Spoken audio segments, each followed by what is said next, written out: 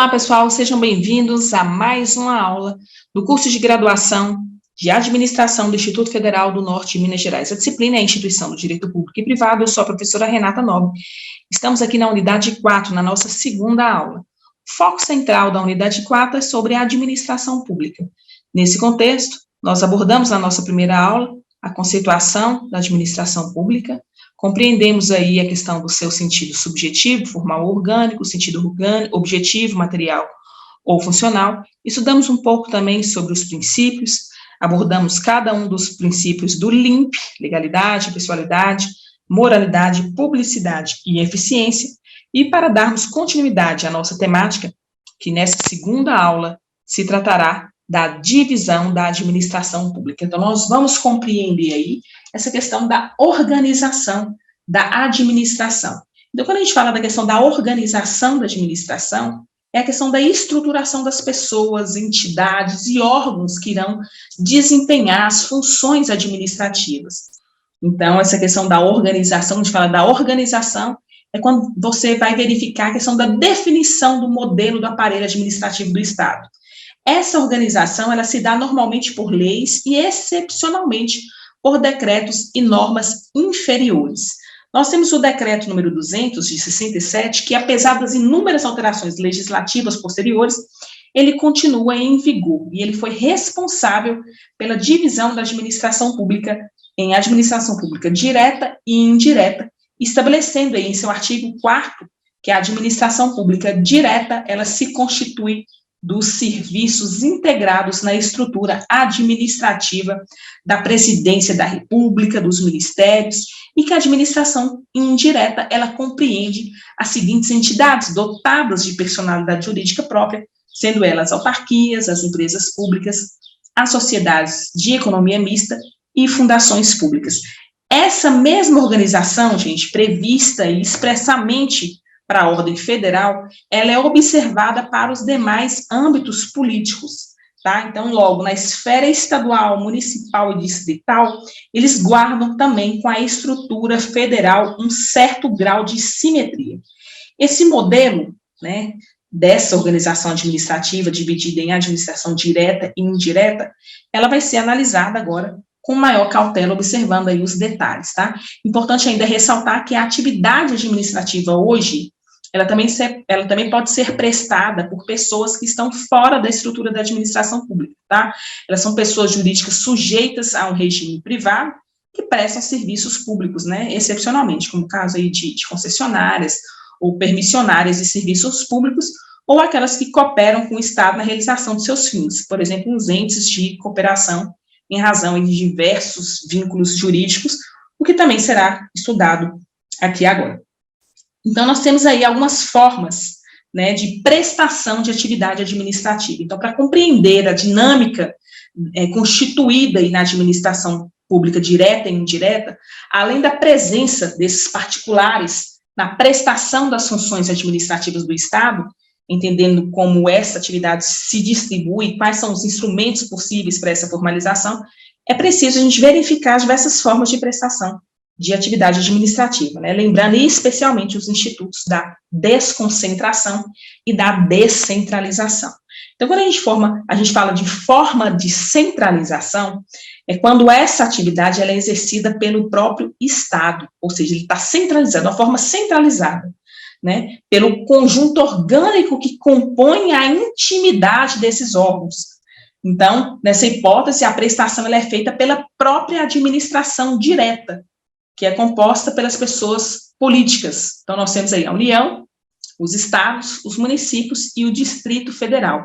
Então, dessa forma, na administração centralizada, o exercício aí da competência administrativa, ela está unicamente no ente federativo, observando que esse ente político, apesar de estar sujeito à descentralização política, em razão da distribuição constitucional mesmo de competência, ela atua de forma centralizada na prestação dessa atividade administrativa. E a forma descentralizada é quando essa atividade ela é exercida indiretamente, atuando aí por intermédio de outras pessoas, né, outros seres juridicamente distintos. Então, as pessoas jurídicas, elas vão auxiliar a criação elas vão auxiliar, né, até criadas aí pelo próprio Estado, vão compor a administração indireta, podendo ser elas as autarquias, as fundações públicas, as empresas públicas ou sociedades de economia mista. Gente, vocês têm que prestar bastante atenção, porque a descentralização, ela realiza-se por pessoas diversas, físicas ou jurídicas, e não há um vínculo hierárquico entre a administração central e a pessoa estatal descentralizada. Então, existe apenas um poder de controle e de fiscalização, tá? Já na desconcentração, se refere a uma pessoa só. Por quê? Porque cogita-se sobre a distribuição de responsabilidade e competência na intimidade dela. Então, vai manter aí o liame unificador da hierarquia, né? Para que não reste qualquer dúvida, nós devemos ter em mente aí o que significa hierarquia e controle. Então, quando a gente fala de hierarquia, eu falo que é o vínculo de autoridade que une os órgãos e agentes por meio de escalões sucessivos. E quando eu falo de controle, eu vou representar aí o poder que a administração geral exerce, né, sobre a pessoa descentralizada, sendo oposto, então, à hierarquia. Então, mas, professora, me explica um pouco aí essa questão da administração pública direta. Nós temos aí, quando a gente fala da administração pública direta, nós temos características, tá? Ela não tem personalidade jurídica própria. Por quê? Porque os atos que elas praticam são imputados à entidade estatal, a quem pertence, elas não se confundem com a pessoa jurídica e elas podem ter representação própria. Então, nós verificamos que se, por um lado, quando o Estado ele transfere esse poder para outra pessoa jurídica, nós temos uma administração indireta, né, que vai ocorrer pelo meio da descentralização da prestação de serviço, e quando o Estado e seus órgãos, eles executam esses serviços diretamente, nós temos aí o chamado processo de desconcentração, e nós vamos ter aí a administração pública direta. Então, como o slide está nos mostrando, a administração pública direta, ela caracteriza pela prestação dos serviços públicos de forma centralizada no Estado, já a indireta, ela acontece de forma descentralizada, né? Então, os serviços públicos, eles são descentralizados, e essas entidades são dotadas aí de autonomia para a realização desse tipo de serviço. A administração, gente, indireta, ela é composta por entidades que possuem personalidade jurídica própria, e elas são responsáveis pela execução de atividades administrativas que necessitam de ser desenvolvidas de forma descentralizadas. Então, como eu falei, nós temos aí as autarquias, né, nós temos aí as fundações públicas, as empresas estatais, né, mais especificamente as empresas públicas, e as sociedades de economia mista. Professora, quais características assim específicas que eu posso visualizar essa administração pública indireta? Ela possui personalidade jurídica própria, né, elas podem ser sujeitos de direitos e obrigações, sendo, consequentemente, responsáveis pelos seus atos. Elas gozam de capacidade de autoadministração e receita própria. Um detalhe importante. Para a criação dessas pessoas jurídicas, exige-se o quê? Previsão legal. Por quê? Porque está lá previsto no artigo 37, inciso 19, né, que vai definir que somente por lei específica poderá, por exemplo, ser criada a autarquia, autorizada a instituição de empresa pública, de sociedade de economia mista, de fundação, cabendo quem? A lei complementar, no último caso, no caso das fundações, definir as áreas de atuação. Então, nós verificamos aí essas diferenças. Outra observação importante é a questão da finalidade. Sua finalidade, ela não será lucrativa, tá? Inclusive quando exploradas da atividade econômica. Isso não significa, pessoal, que elas não podem obter lucro, mas que não foram criadas com esse objetivo, não sendo o lucro o grande mote aí de sua criação. Então, elas não sofrem também uma relação de subordinação, apesar de estarem sujeitas a controle, que podem ser interno ou um controle externo, né, pela própria entidade, a que elas vinculam a questão assim, de supervisão mesmo, e controle externo pelo Poder Judiciário e Legislativo, aí no caso, por exemplo, do Tribunal de Contas e diversas ações judiciais. Outro detalhe de característica da administração pública indireta é que quando da criação dessas pessoas jurídicas, a lei que institui, ela também define a finalidade específica, né, estando ela vinculada a um fim que a institui, né, a conclusão que decorre do princípio aí da especialidade. Para fim de observação, nós vamos explicar um pouco aqui das autarquias, tá? Então, as autarquias, pessoal, elas são pessoas jurídicas de direito público e elas vão desenvolver atividades administrativas típicas de Estado. Então, elas gozam de uma certa liberdade administrativa nos limites da lei que a criou. Não são subordinadas a nenhum órgão do Estado, mas elas são apenas controladas, né, tendo direitos e aí obrigações distintas do Estado. O regime jurídico dessas autarquias, a criação e extinção é por meio de lei ordinária, né, ou seja, tem todo um processo laboroso aí de criação dessas autarquias.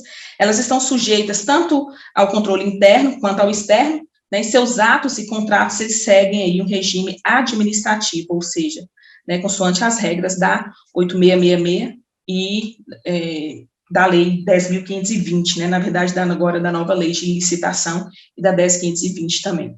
A responsabilidade civil é, em regra, objetiva, tá, e a regra quanto à prescrição, ela tem um decreto específico, a prescrição dela é quinquenal. Os bens autárquicos, eles seguem o regime jurídico próprio. Os débitos judiciais também seguem o regime de precatório, não vou entrar no mérito. E agora nós vamos falar um pouco aí, importante também, né, a gente falar um pouco das agências reguladoras que estão interligadas aí com as autarquias. Por quê? Porque elas são autarquias de regime especial. Então, elas são instituídas em razão de um fim do monopólio estatal e são responsáveis pela regulamentação, controle e fiscalização de serviços públicos, né, de atividades e bens transferidos ao setor privado. O regime especial, ele caracteriza-se por 3 características, que é a questão da maior estabilidade e independência em relação ao ente que criou, a investidura também especial, e o mandato a certo prazo, né, exercendo mandatos fixos de duração de mandato, não pode ultrapassar a legislatura, por exemplo, do presidente. As fundações públicas, vamos lá. Quando a gente fala da questão das fundações públicas, em primeiro lugar, é importante conceituar o que é aí uma fundação pública, tá? Uma fundação pública, ela, aproveitando mesmo dos ensinamentos aí do direito civil, quando a gente fala de fundação é um patrimônio destacado por um fundador com uma finalidade específica, né? Então, utilizando assim do conceito geral de fundação, é possível defini-la como uma pessoa jurídica que tem um patrimônio personalizado e que presta atividade não lucrativa e atípica ao poder público. Mas, pessoal, ela tem interesse coletivo, tá? Como a educação, cultura, pesquisa, sempre merecedoras de amparo do Estado. Então, trata-se de uma personificação de uma finalidade. Importante salientar também que essas fundações, elas vão se subdividir aí em fundação pública de direito público e fundação pública de direito privado. Mas eu também não vou entrar aqui agora no mérito. As empresas estatais, a empresa estatal, né, ou governamental, que também é conhecida, ela é utilizada para quê? Para designar todas as sociedades civis ou empresariais de que o Estado tenha o controle acionário. Então, ela vai abranger a empresa pública, sociedade de economia mista e outras empresas que não tenham essa natureza. As 2 pessoas jurídicas que interessam nesse tópico, tá, são a empresa pública e a sociedade de economia mista. Por quê? Porque elas compõem a administração indireta, né? Embora ambas sigam os regimes parecidos, elas têm algumas diferenças importantes quanto à questão do conceito, finalidade, constituição. E quando a gente fala de empresa pública mesmo, sim, nós sabemos que a empresa pública ela é uma entidade dotada de personalidade jurídica de direito privado, tá? Então, com a criação e autorização por lei, ela tem um patrimônio próprio e o capital social, ele é integralmente detido pela União, pelo Estado e pelo Distrito Federal. Já a sociedade de economia mista, ela é entidade dotada de personalidade jurídica também de direito privado, com criação autorizada por lei, só que sob forma de sociedade anônima, tá? Cujas ações com direito a voto, elas pertencem, em sua maioria, à União, Estado, Distrito Federal e município. Então, nós vamos agora compreender um pouco aí sobre os serviços públicos. Eu não vou entrar muito no mérito, pessoal, dessa questão aí das agências executivas, os consórcios públicos. Não, eu quero que vocês tenham essa compreensão da distinção da administração pública e privada, da questão da desconcentração e da descentralização, desses detalhes que eu acabei passando aí para vocês, quando eu falei da questão da autarquia, né, quando eu falei um pouco aí para vocês também sobre as fundações, quando eu falei um pouco da questão das empresas públicas e das sociedades de economia mista. Os detalhes, as formas, os detalhes mais específicos, vocês podem pegar aí no nosso material didático, mas é bom lembrar que eu também não estarei pegando esses detalhes para a nossa prova, não, tá? Que o objetivo aqui é que vocês compreendam a lógica da distribuição, da organização da administração pública, né, entre a administração pública direta e a administração pública indireta. Agora nós iremos para o nosso próximo tópico, que são os serviços, os servidores públicos, tá? Então, nós vamos tratar um pouco aí da Lei 8.112 e também das novidades relativas às novas tendências, né, do direito público e privado frente ao contexto brasileiro e internacional. Vamos lá.